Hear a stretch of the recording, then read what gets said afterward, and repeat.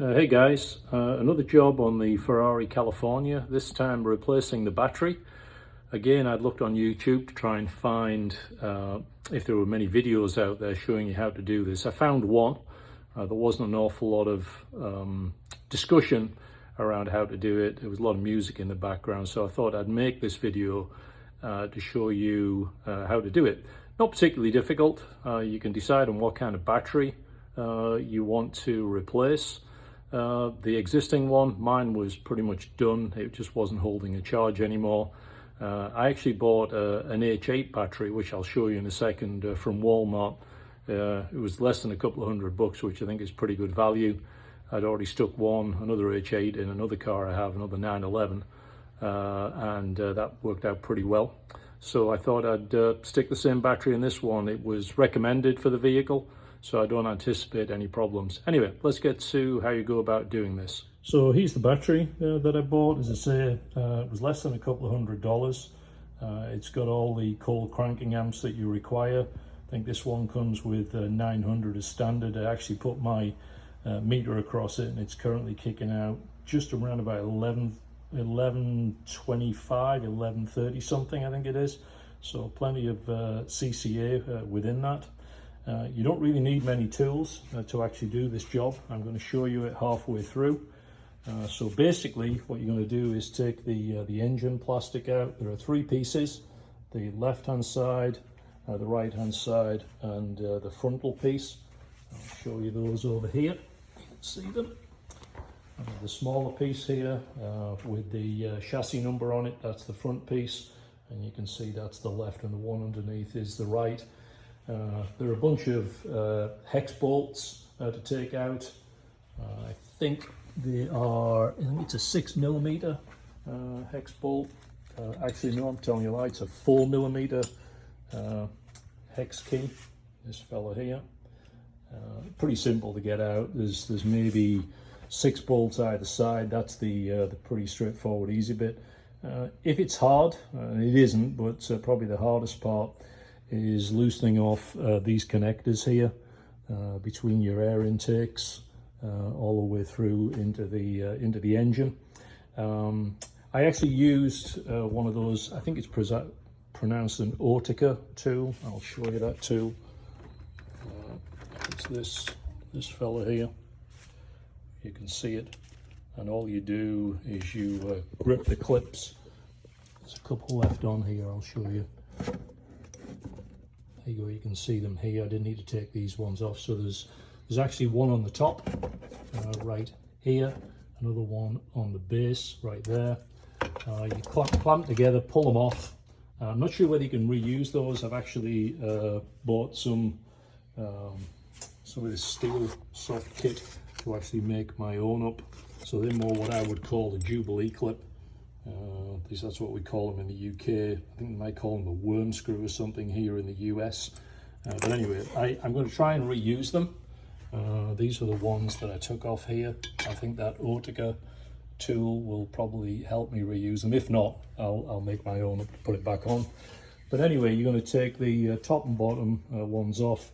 Then these will just literally, you take the top, pull it off first. It's pretty straightforward to do. Then the bottom part will come off pretty easily. There's actually, I think these are the MAF sensors in here. I left those attached. I did pull off one little suction hose here, this green thing that attaches to the left hand side of the tube. That came out pretty easily. And then there's just a bunch of bolts to loosen the battery. It's pretty straightforward. You see this, I think this is standard. It kind of clips in with a long bolt on either side. This thing here, just show you it there, I'll point to it. So there's one on the left. Can't really see it too well, but probably just glance it there. There's one on the right. Then you've got the self-loosening negative, the earth on your battery, and there will be a little 10mm nut on the right hand side. Right about there. I'm pointing to it right now. They just lift off. Mine actually has a little connection on it so that I can clip it into the battery tender. That was actually on the car when I got it. A lot of people will use the connection in the boot or the trunk of the car where you can plug in your battery tender that comes with the vehicle. I actually found it was an awful lot easier just to clip the bonnet and plug mine in using that than it was messing around trying to lift the trunk, the boot lid up, because it's pretty heavy on this vehicle and you kind of mess around trying to do that. I found this an awful lot easier. Then once that's off, just lift the battery out, and then replacing it is just a reverse of what I've just described. The battery itself is pretty heavy. I managed to lift it out and I'm not particularly strong using one arm just to lift it out. I haven't actually got round to putting the other one back in yet, but you might need a second person to help you do that, just purely and simply just because of the angle of getting it in. Anyway, I'll start on the replacement and then drop another couple of videos in as I'm going through the process so you can see how it all reconnects. So there's the battery back in place. That was actually easier than I thought. I was able to lift it up just with the one arm using these little kind of like hole points here on it. And so I was able to get it in. As I say, I think if you have a bad back or you struggle with the weight of it, a second person would definitely help. But you know, I got that in about 5 seconds, so not a particularly difficult thing to do. The next thing we're going to do is reverse what I did in taking it off. So we will actually connect the positive side of it. I'll show you that in a second. Here we go. I've literally just pushed this thing back down into place. I'll try and get nice and square. And this is your 10mm nut here, just to tighten that up. Pretty straightforward.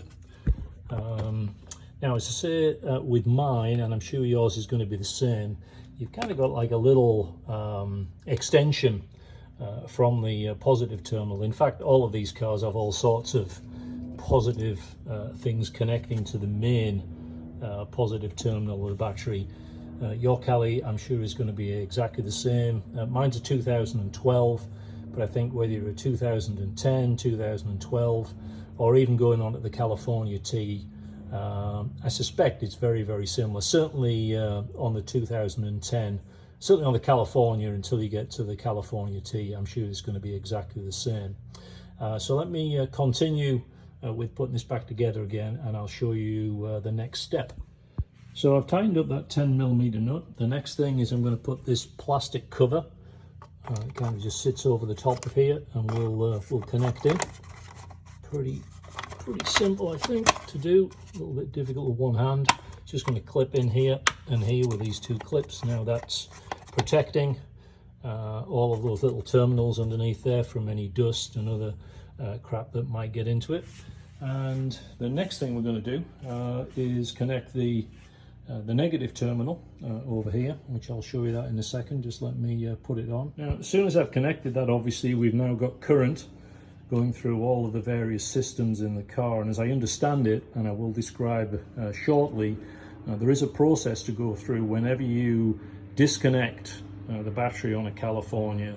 You have to apparently go through a process in order to get everything to start up correctly, and all of the various computers that are in this car to make certain that your doors will lock properly, that your windows will go up and down, and so on and so forth. But I'll describe that a little bit later in the process. So what I've done, as I say now, this is just like a little easy connect plastic unit here. You put that on and just push it. I'll show you that. If you pull it towards you, that loosens it. If you push it towards, a bit difficult to do with one hand, but anyway, you'll get the gist of it. There we go. That clips in. And the next thing I'm going to do now is put the this thing here, this bar across here, just to connect up those two bolts, the long bolts on the left and right hand side of the battery, just to secure the battery in place. So let's get on with that. So I've got that bar secured. It's kind of interesting. It looks like these are some form of alloy, maybe copper by the looks of it. Copper and brass nuts that are on either end. I'm guessing that's just to maybe stop corrosion between these little long bolts. That you can't see it, but they've kind of got like a little U right at the base of them that connects into the bottom of the battery box that holds it in place. So anyway, tighten those up. They're 10 mil. You get it nice and secure. And the next thing I'm going to do is fasten my little tender connection. So that's going to go underneath, and then you will probably have the same. You've got like this nut that fastens on. So I'll put the put those two together. I'll show you, try and show you here. I connect one like that, then connect the little connection for the tender nut, and put them in, and then screw them down. And I think that looks to be that's not a hex bolt, it's a Torx bolt, and I'm not sure of the size, maybe about a 5, something like that. Anyway, you'll soon figure it out. And I think this connection is pretty standard on all California, so let's go ahead and screw that in. Okay, so that's done. By the way, if you don't have one of these little tender connections on here, I got this off, I got the male end, I guess it would be, off Amazon, but you can buy the male and female off Amazon, and this has got like a little traffic light system on here. You can see it flashing green now, so it tells you there's plenty of charge in the battery. This one's going to be amber, telling you may have a slight problem. Obviously this one's going to be red, telling you definitely have a problem. And it's pretty easy to connect up. So your negative goes underneath here, and your positive goes under this thing here. So once you've got that, it's pretty straightforward to make that connection anytime you want, again, rather than going into your boot or trunk to connect it up. So that's pretty much all the connections done. The next thing we're going to do now is put these tubes back on, and I'll show you how to do that. Get the left one on. I started with the bottom side of the hose, put that on, then I push this top side from the bottom down over, and then like push it up and connect it. And you can see how far you're going to have to go. You can see the old marks here and here on the right hand side, just so you know that you've kind of got them in the right position. And then I'm just going to push this back on, a little positive connection. I guess that's some kind of sensor, I'm not really sure what it is, but anyway, that's that side done. I'll now do the right hand side. I'd like to show you me doing it, but I only have one pair of hands, and unfortunately it's a two-hand job. You can't do it with one hand. Okay, there's the second one on. A little bit of a tip: I did this at a slight angle, so it allows you to get this connection on, which you want to get on first. You can kind of push it home a little bit, then as I say, you want to push this down and then kind of lift it up. It's pretty straightforward. If you've got this far in the process, you've obviously taken them off to start with, and you'll get a sense for how they come off, and it's just a reversal of the process when you come to refit them. So I ended up making some Jubilee clamps for each of these areas. These Ortica clamps are really a one-time use only, and I think the beauty of these kind of clamps is that, as you can see there, you can just screw them on and screw them off at your behest, really. You don't need to have a special tool to get them on again, or to remake the Ortica clamp. And as I say, I use this Steel Soft DIY hose clamp kit. As I say, we call them Jubilee clamps. I got this off Amazon, I think, and it wasn't particularly expensive. I can't remember how much it was, maybe 15 bucks, but you can see there's you can buy different sizes of it, but there's 12 foot of strap and 8 fasteners in there, so more than enough to do these things. So all that's left now to do to finish the job is to put the engine covers back on. So let's get on with that, and I'll show you how you do that. You'll start with this front plastic PC, the one with the chassis number on it, and there are going to be 1, 2, 3, 4, 5. They are 4mm hex bolts. This one is a 3mm hex bolt, at least it is on mine.